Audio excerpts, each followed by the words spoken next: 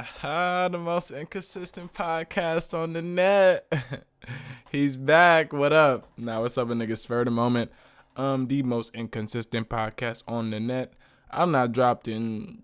It's been 13 days. Nah, probably 14. Last time I dropped was with that nigga Toby, March 30th. It's April 12th, so it's been 13 or 14 days, bro. I'm not gonna hold you. Unless March was a 30-day month. But even then, bro, that's 2 work weeks. I've been catting off, been slacking. I'm gonna be real with y'all, man. For one, I'm live everywhere you're not. It is April 12th, 2021 for historical purposes. I just forgot to say that. This shit just skipped my mind. There's just a lot of thoughts racing through my head. It's been who fucking knows how long since I've done a podcast by myself. It's it's been a lot, and I'm gonna explain why my work ethic has gone to pure shit. Yes, I'm making a million excuses. Yeah, that shit's an excuse. I don't really care, bruh. I really don't. But I'm gonna be real. Let me just start from the beginning, bro. Around the time I dropped the Alex pod, right? When I dropped my nigga Alex, a few weeks ago, my boy Alex, when me and him dropped, honestly, I'm not gonna lie, like, that is honestly what started my lack of work ethic. We gonna start right there. That started it for me. Because if you don't know the backstory on that podcast, bro, it started out basically the same as me setting up any other podcast. Like, Justin told me, Jew9 told me, Alex was interested coming on the pod. I'm like, that's my boy. I knew him before.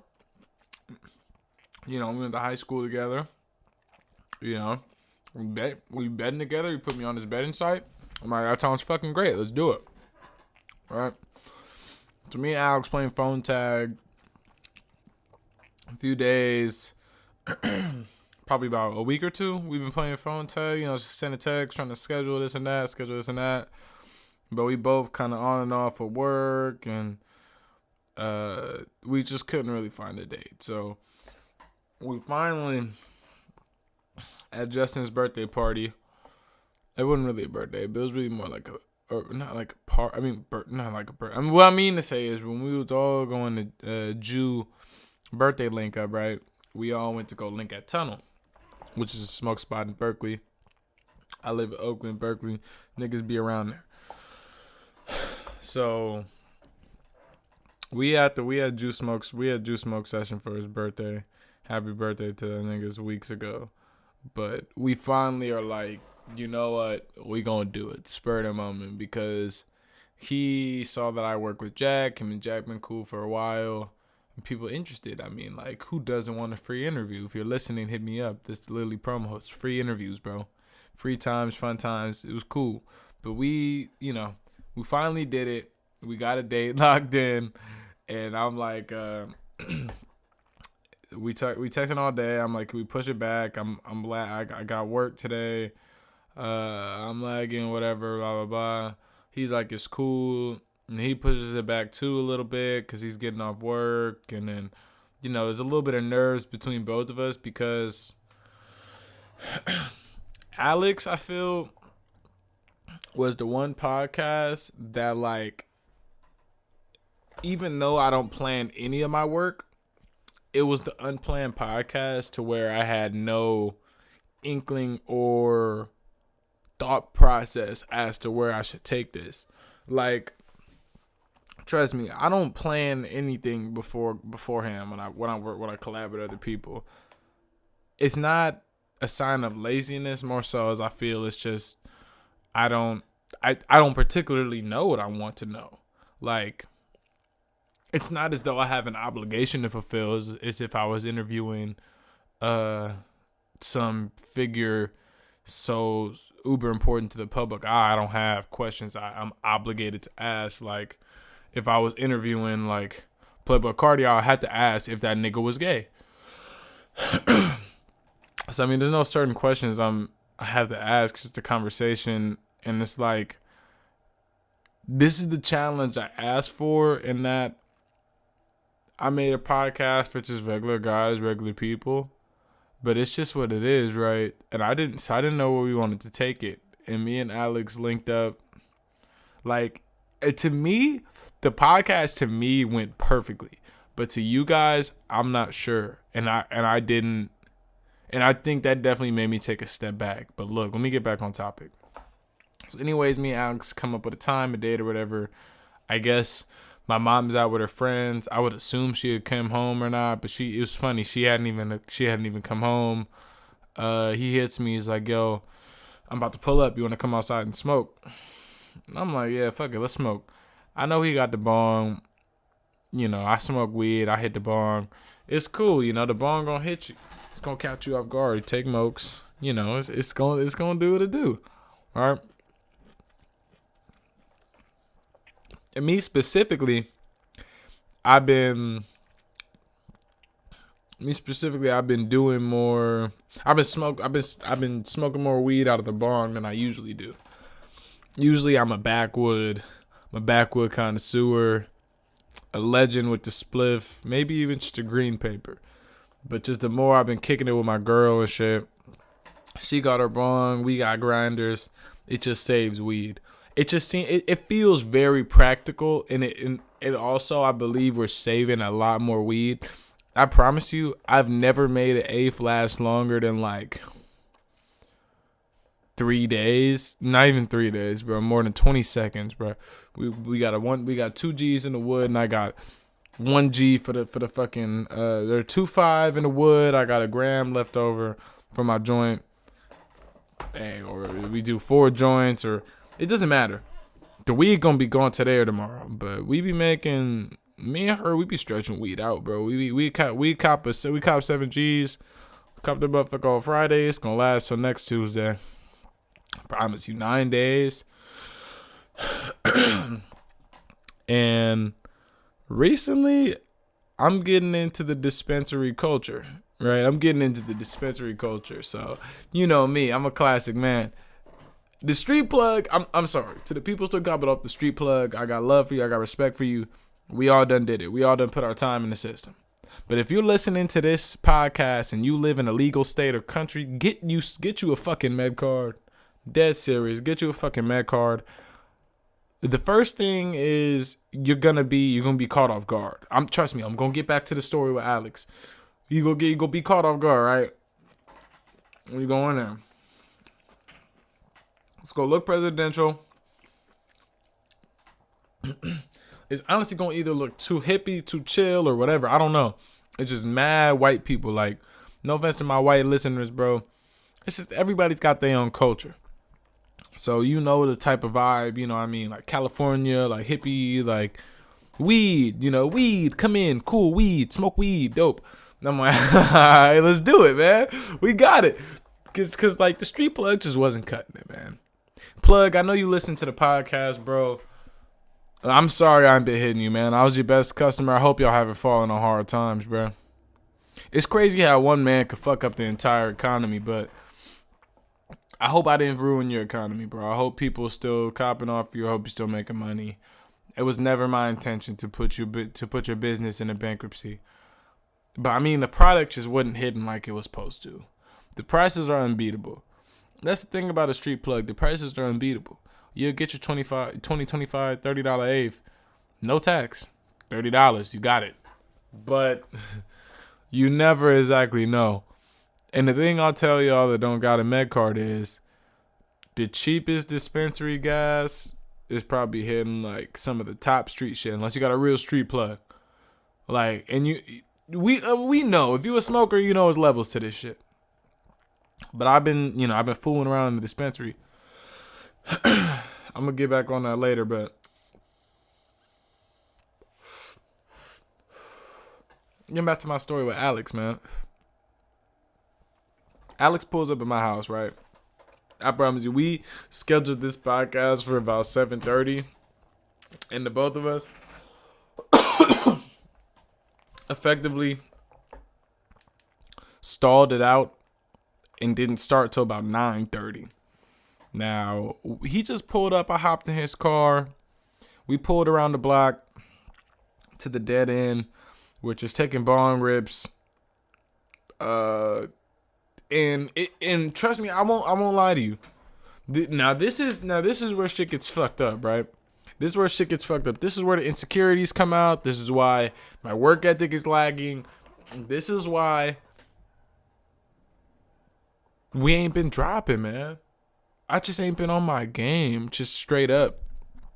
But I take one bong rip with Alex, bro. He take a bong rip. The thing about the shit is like his bowl.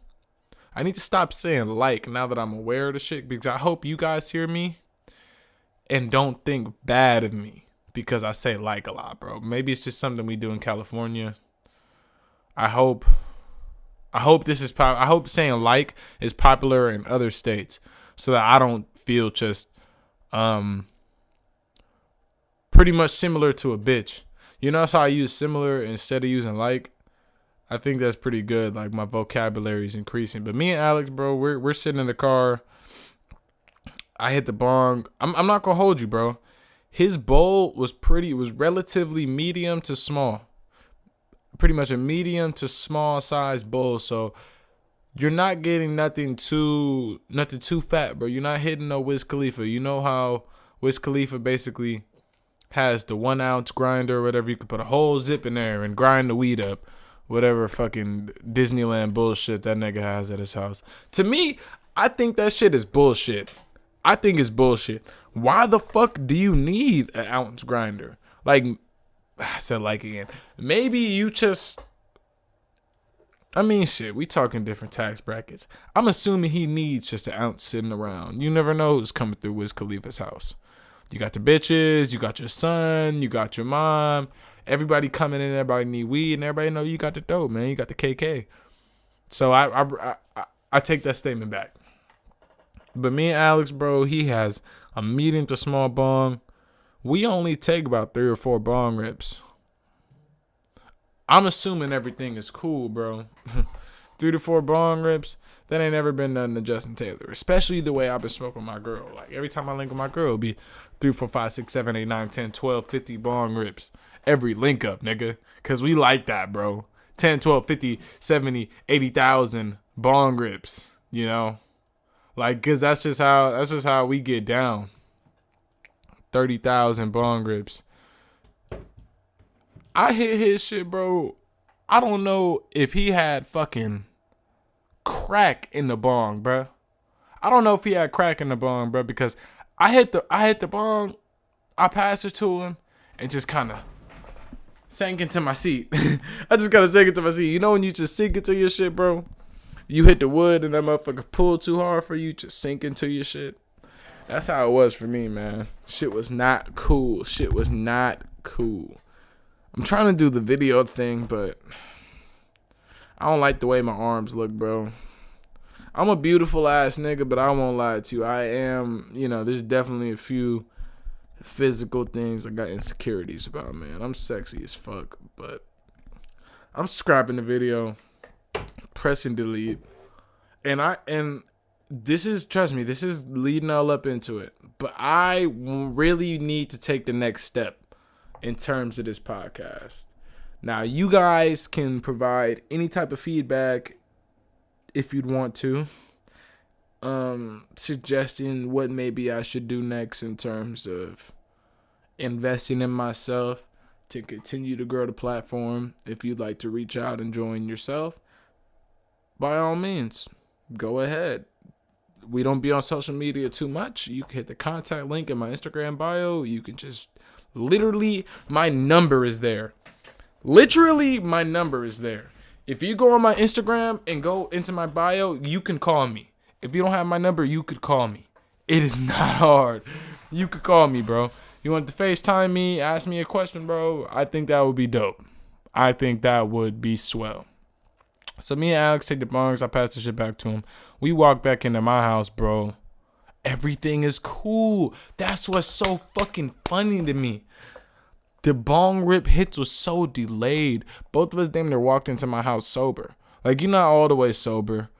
Like, fuck, I'm saying like. But you hit the bong, you're not all the way sober. But it practically felt like we was walking into the crib sober, right?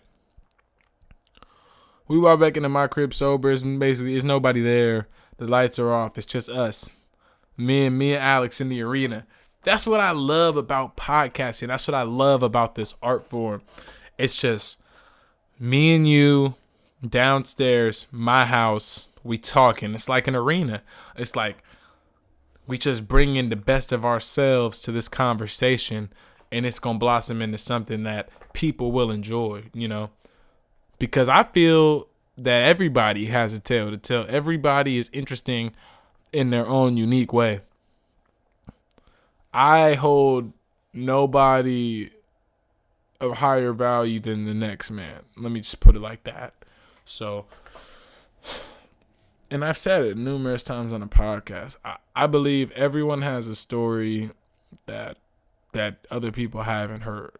You could be friends with a guy for 20 years and you never know that one day 13 years ago he was 7 and he pissed and the piss came out pink and yellow because he was insecure about telling that to everybody, so he just kept the shit a secret. But these are the secrets that are never broadcasted. The funny shit that people don't hear, right? So I was like, Alex would be perfect. So me and him are in the arena. The vibes is vibing. It's perfect, bro. Coming off the last podcast I think I did with Henry and Taj before him, I believe that was the one I did before him, I was riding sky high on this spur of the moment shit. I was just plotting everything out, trying to line up jobs. And I won't lie, a lot of that shit did weigh on me and it had me slack a little bit, just a lack of structure. I'm a guy that definitely needs structure to succeed, right? A lot of people say I don't need school, I don't need job, I don't need work. To a degree, I need some structure to keep me focused, right? So my job, I used to work as an after school sports coach. Basically just on the weekends, or not on the weekends, during the week after school, doing flag football camps, all type of stuff. Having fun with it.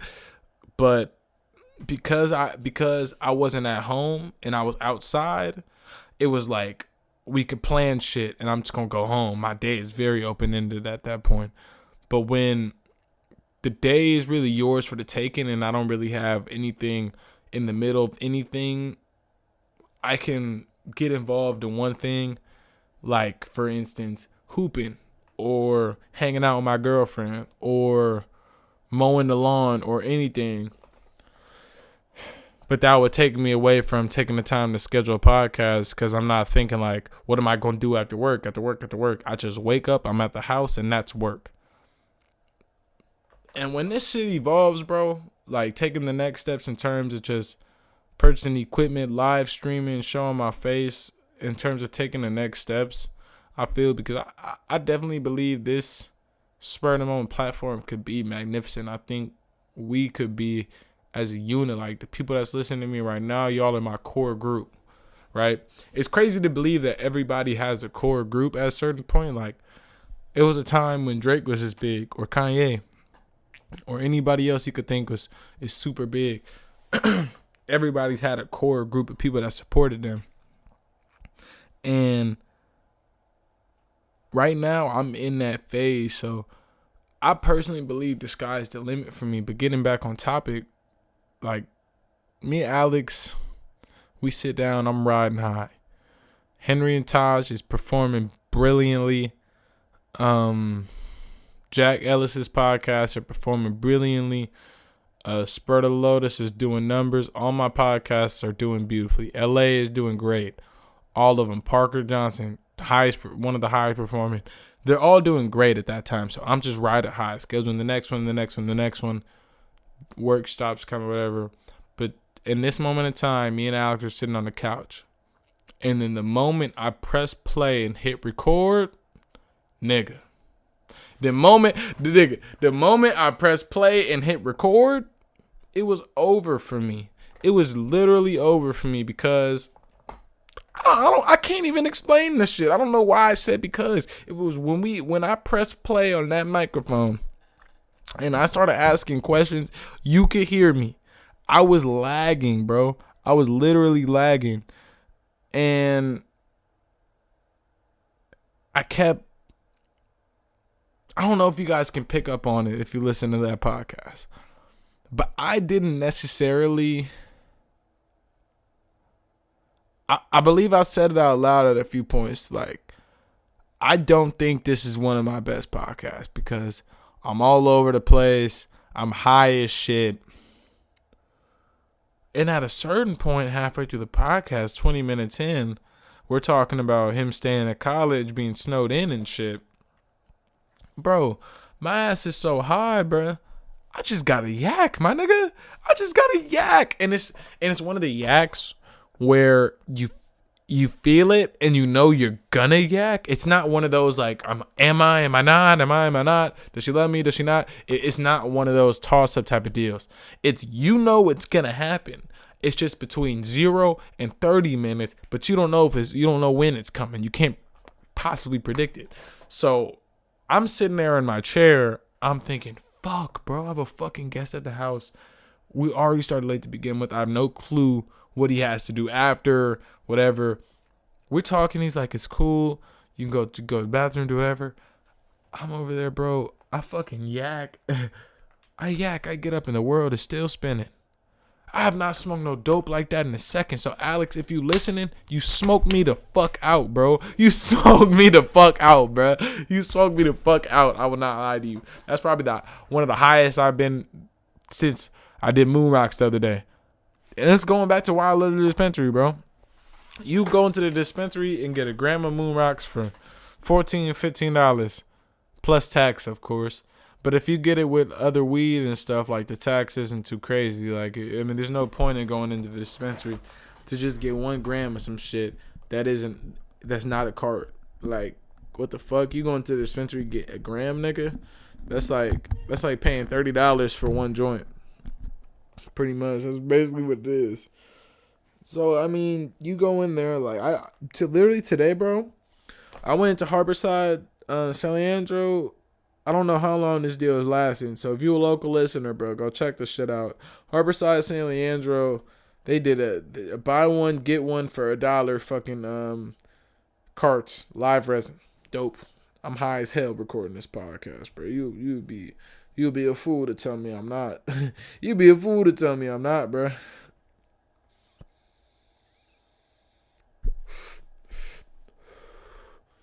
But man, when I said I had the yak and I pressed pause and walked up the stairs, bro, what y'all don't know is off the camera, I came upstairs, didn't have to yak, come downstairs. I'm about to start recording. We're just kind of chopping it up, like talking or whatever, talking about whatever we were talking about before I felt comfortable hitting play. Because I do like, whenever I don't temporarily pause a podcast often in the middle of it. Obviously, if you're a dedicated listener, you know that I don't like to take too many breaks, but when I do, I'm not trying to know where am I going out with this. When I do, I want the momentum to be. It has to be momentum, bro. So, in the time I'm gaining up the momentum to the conversation to feel comfortable starting back up the podcast, like, yo, we used the restroom and back, whatever. As I'm building up the momentum, that's when I have to actually go upstairs and yak, right? And it's one of those fucking poor ass yaks, bro. It came up, you yacked, and now you gotta shit, but you can't shit. But it's so much just bullshit. It's just so much bullshit. And definitely, that shit took away from me, bro. That shit, bro. Because I shit in my pants, bro. I shit in my pants. And I almost did it in the bathroom he was right next to. Thank God I wasn't that high and had enough common sense to just be like, bro, let me just turn around, bro. I can't do this in front of this nigga, bro. That's fucked up. That's fucked up. I was about to shit in his face practically. And that podcast stuck with me, bro. And in the moment, and I still do, I believe that's probably the funniest shit I dropped. I think it's probably the funniest shit I dropped from a personal standpoint, knowing that it's probably also the most embarrassing shit I dropped. Like, to most people, that shit will be embarrassing. But to me, I don't really look at it any type of way, and nobody even it's not performing that well, and I haven't gotten any feedback regarding it. So it's just kind of, it's just the thing that happened, and that's always been funny about embarrassing moments to me, is that nobody else cares. Now that I have the blessing of hindsight and I can just talk any way I'd want to about a certain situation, knowing that I have present knowledge to talk on it. Now where I'm at, I wouldn't have cared. But in that moment, I just felt, you're on such a momentum. You're on such a streak. You've been streaking. At that time, my views have been going up consistently. I was, we're going to get back on track in no time. But basically, I started out, when I first started trying to drop at a pretty consistent clip around October, November, December, when I tried to start getting into the groove of shit. I said this countless times, bro. I'm getting 2, 3, 4, 5 viewers, and it's not daily. I'm getting 4 listeners a week, right? Just waiting on my stuff to circulate.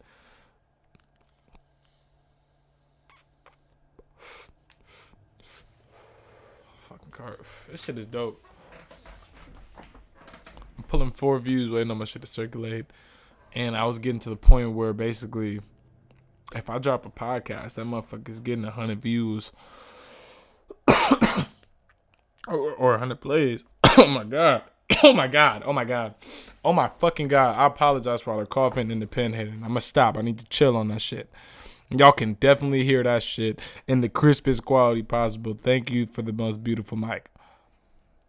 But I did the Alex podcast, bro, and I just felt a little embarrassed. But with hindsight, I can definitely say it's... Thank God I spent as much on my equipment as I did, because I have no way out now. I have no cop out. Any way I'd want to sell these, I'd be selling my microphone, my recorder, everything would be at a discounted cost. I never made my money back.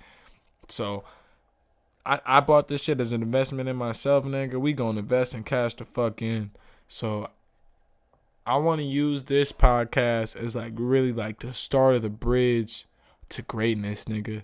To success, my nigga. Because we did the Oakley pod and it was great, bro. But this shit's not over yet, bro. Like, and then going into the Toby podcast, my work ethic wasn't completely trash after the Oakley pod. I'm going to just call this, I'm sorry.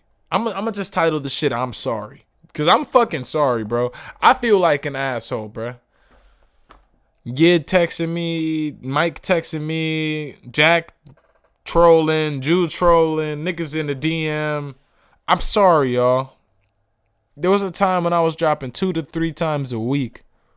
Who the fuck is this guy, bro? I don't know who I am. I don't know who I'm acting like. I don't know who the fuck I'm acting like, bro. Like I'm too cool for school or some shit. I'm lying. But, going into the Toby podcast, I think the Toby podcast just went fine. I just think the lack, and Alex, this is in no way to offend you. I just personally believe that the podcast we did together was just lacking in quality. And that's why I told you when you were leaving, that's why I really want to run it back, because I just feel the quality was not there. It's plenty of laughs, but I didn't prepare. I didn't even put any thought into it. I thought he was going to honestly cat again. Or not again, because I catted, he catted. I thought he was going to cat. So I was in the house damn near getting ready to go to my girl's crib. I'm like, it's going to be a chill night. We watching movies and all that jazz. Hell nah, Oakley pull up his vibes. The Toby one was all right. I just think the stigma from the Oakley pod kind of just rolled into next week when I dropped the Toby pod, and it just didn't do the numbers I'd hoped. So that was discouraging as well. But I mean, that's really my fault. That shit is really my fault. And I'm gonna be honest, I was really just showing a lack of effort, and mostly I'm just caught up in this life shit, just living a lot of life.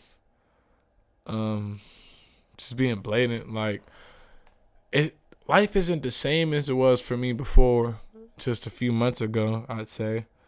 Back when I was working and doing camps every week and, doing podcasts 2 to 3 times a week and doing the solos and this and that and the third. I really just been focused. I don't know what I've been focused on. I haven't really been focused on anything. And that was really easy for me to accept because, funny enough, on Saturday, my mom, it's crazy how shit will always come full circle and you never know when. My mom basically last week, she comes to me and was like, yo, have you taken your girlfriend out recently? Here's a good date idea. Her date idea was like, take your girl to the city or by Golden Gate Park. Y'all can have a cool day in the park. Y'all can go on the fair, there's this Ferris wheel or whatever by Academy of Sciences. If you're in the Bay and you need a date, bro, take your girl to the Ferris wheel, bro. It's a cool date. It should be fun. It's a lot of fun for me. And we did it, and it was fun. We went on the date or whatever. But this is where I tell you shit comes full circle because I haven't really been over to that part of San Francisco. Or I have, but I haven't really just driven through the neighborhood, that part of San Francisco in a while. And what's really significant about that neighborhood in terms of my story was that was the neighborhood in which my great aunt lived in. My great aunt Sue, she was a calligrapher. You could look her up, Sue Taylor, I believe, Susie Taylor, legend, Susan, Sue Taylor. That was my great aunt, and she was one of the most influential figures in my life, I would say. Your grandparents, your aunt figures. She was, her and my grandma Florence were probably the only real family members other than my cousin Emily and a few other people that I don't really know like that my pops really had. The ones that he felt comfortable showing us. Like my great aunt. I know Aunt Sue for forever. She used to have a million cats. All type of stuff. Like, it was just, and she passed a few years ago in high school. And I was just so caught up in just finishing and just being me and just going through whatever I was going through at that point to really like soak it all in and not soak it all in, but really I would say be more aware and appreciative the amount of love that these people like put within me. Really, my aunt, the whole drive back from San Francisco for me, I was just crying because the past few weeks I haven't been dropping as much. I've honestly been really scared. I definitely believe that contributes to the fact my work ethic been shitty too. But I think it's weird how that works. Like, I'm so afraid I'm gonna fail and be nothing. I don't work. Like, what type of shit is that? Like, if I'm afraid I'm gonna fail and not amount to anything, shouldn't that be the moment? Shouldn't that be the catalyst for me to pick up this microphone and drop 5 podcasts a day, 25 a week, 50 every 2 weeks? My bad. Apologies. Shouldn't that be the motivation for me to drop 5 podcasts a fucking day? Like, but it wasn't. I started to slack off. I don't know what this is for me, but if you've been listening for a while, I've been doing a lot of callbacks this fucking episode. I've struggled with staying firm on my purpose for a while now because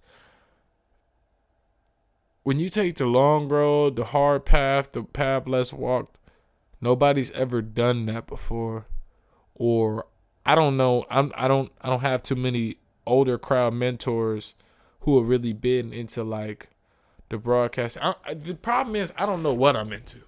That's the problem. I don't know what I'm into. I don't know what I'm doing. This is where I am right now. This is where I see myself right now. I see myself as a 19. I'm turning 20 in practically 2 months. It's April 12th. It's Monday, April 12th. Tomorrow's April 13th.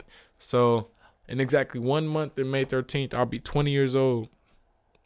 That's the start of a whole lot of shit, metaphorically. That's like 2020 is you officially an adult. I would say 21 is where they take officially the training wheels are gone. But 20, it's like the training wheels are coming. They're gonna come off one day. But you don't know when. But 21 is that day when the training wheels come off.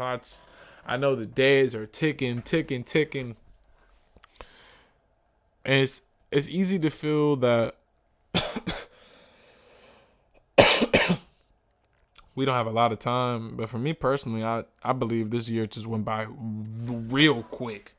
And if this is how every year is going to go on from this point, I don't need time to be moving this quick. And I'm at an indecisive, uncertain area in my life. There's so many paths I can take. And there's a lot of beauty in that, but there's also a lot of struggle within that beauty. Whereas I can do anything I set my mind to. It's just, what will I do? How will I leave my impact on the planet? Subconsciously, I believe we're all thinking that at this age group. If you're in this age group listening, subconsciously, we all are like, how will I leave my impact on this earth? If I'm a teacher, what type of kids do I want to teach? If I'm a businessman, what type of business do I want to go into? You know, this and that. But I'm at the area where it's like, I do not know. I have this podcast. I love it. I want to protect it. I want to nurture this shit. If this was to take me to the top, then so be it. It'd be perfect world. That'd be perfect scenario. It will happen. Or I'm not saying it will happen. It will happen. This podcast will have a monetary impact on my life. And I'm not saying good or bad. It's already had a monetary impact on my life. So I'm living in reality. But that's the problem. Everything's uncertain. I can't see the future. I don't know that me podcasting for 2 more years won't get me killed or nothing like that. But that's besides the point. It's really just I found myself in a situation to where before this, I didn't feel like I had it all figured out, but I just knew that with time, this college shit will push me through and I'd come out that college system a better person. A lot of people are disillusioned into believing that, and they end up wasting their years. But I believe like if perfect world scenario for everyone is quarantine happens, everybody has quarantine summer, everybody has EDD, everybody gets their money, but at the end of the summer, everybody goes back to school. If I went to school, it'd be perfect. I would have went through the perfect character arcs, but I don't have the structure that school gave me, and that harks back to my point earlier. Structure really fuels me, right? So me taking a social media break, I have no structure. I have no active voices coming at me. I'm basically blocking myself off from the voices. And I believe that Instagram is a real motivating factor in me wanting to post, because I go on my Instagram every day and look at my recent pics. I posted that last podcast 3 days ago. Nigga, the clock is ticking. You need to get to work. That's what that says. You need to get to work. You need to call your friends. You need to send text messages out. You need to post. You need to hit somebody to get in that chair across from you, sit in that couch across from you, take that picture in front of you, and y'all need to do an hour and 30-minute podcast because it's been 3 days. It's been a real teachable moment for me because I preach discipline so much to other people, yet so often I can find lapses of discipline in my own life. Just this is a discipline. Podcasting is a discipline. I practice, I work hard, I get better at it. I talk. The more I talk, the more entertaining I get, because you just reaching a whole different part of my brain. And I feel the content creators who can't talk for 8 hours, you just gotta live some more life. And it's so many things that went into my recent break, and I'm getting back to it. You really gotta live life to podcast, bro. You really gotta live life to do this shit. And I see why so many of the most successful podcasts are people in their 30s, 40s, and 50s. Kevin Samuels is probably the biggest black biggest black podcast on the net that I could think of. He's 50 years old. Joe Rogan is 50 years old. The NBA players, them niggas are in the NBA. They're 30 years old. They got millions of dollars. They done it all. I'm 20 years old. I am 20. I'm not 20. I'm not 20. Nigga, I'm not 20. I'm 19. I'm 19, bruh. I'm a little scared to turn 20, but I won't lie to you. I'm very scared to turn 20. I'm 19 years old. I'm very scared to turn 20. I shouldn't be. I should not be at all. I really enjoyed doing this podcast today because it reminds me of when I started, just how I use this more so as fuel to a journey, right?